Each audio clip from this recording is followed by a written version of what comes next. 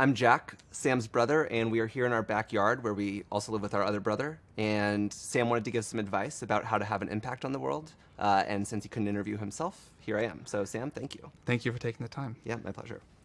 So, to get started, I think one of the things that people talk a lot about is how to get things done once you're working on. But I know you spend a lot of time thinking about sort of what to work on. So, could you talk a little bit about how to pick what's important to work on?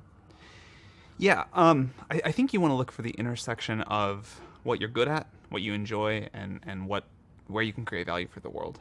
And in my experience, if you don't find something at the intersection of those three, it's hard to really have an impact. I think most people kind of just fall into what they work on. They don't give it much thought, and there is benefit to that. Sometimes you actually have to just try stuff to figure out what you like.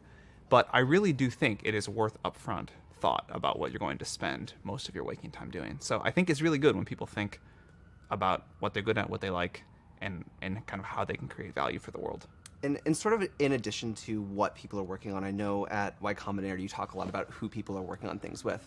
Yeah. How do you advise people to select sort of who they're working on things with? This is really hard. Finding your tribe, finding the sort of people that you end up working with on and off for the rest of your career is really hard. I think I'll tell you some things I've learned, and I will admit that I don't have a perfect answer to this yet. But I think one thing is you should be willing to move. For whatever you're doing, there tend to be pockets of it around the world where there are similar people that are doing great work in whatever field you care about. And it's really worth trying to go be near them. And so, we get criticized sometimes at YC for having people move to the Bay Area, but bringing people together that are interested in this similar thing of startups, I think has been really valuable for a lot of people.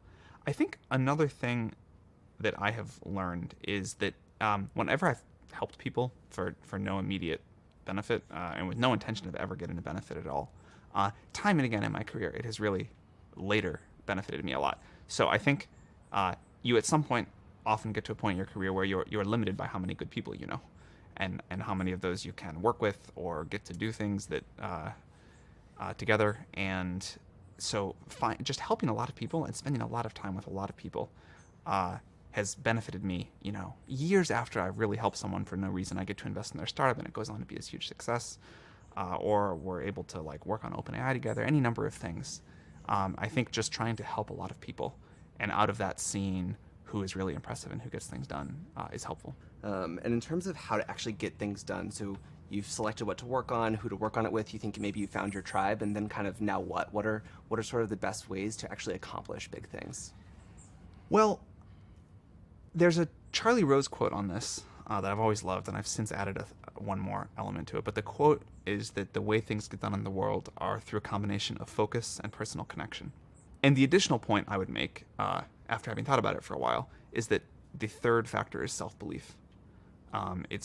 You really have to have a deep-seated personal conviction that this thing you're going to do, that a lot of people say is really stupid, is going to work and going to be important. But I think those three things, focus, personal connections, and self-belief, in my experience, are how things get done in the world. So, since you were, as long as you've grown up, and certainly through your 20s and now, you've worked incredibly hard, and I know that a lot of the people around you have worked very hard. What's sort of the advice or the way that you think about your work-life balance in your 20s, and what do you recommend to people who want to do these things and also want to, experience their 20s? Well, I don't think I work as hard as a lot of people. I think I do work pretty hard, but I'd say it's really, I think it's compound interest is a good metaphor here. If you work really hard at the beginning of your career, and you get a little bit better at what you do every day, every week, every year, and you learn more and you meet more people and you just get more done, there's a compound effect. And it's far better to put that time in at the beginning of your career than at the end, because if you do it at the beginning, you get to benefit from it, for the rest of the time you work. So, one thing I always try to do is meet every person I had time for, go to everything I could, and just spend a little bit more time trying to learn and get better at what I do. And I think that is really valuable. The beginning of your career, I think in terms of setting the trajectory that the rest of your career follows, is the most valuable time.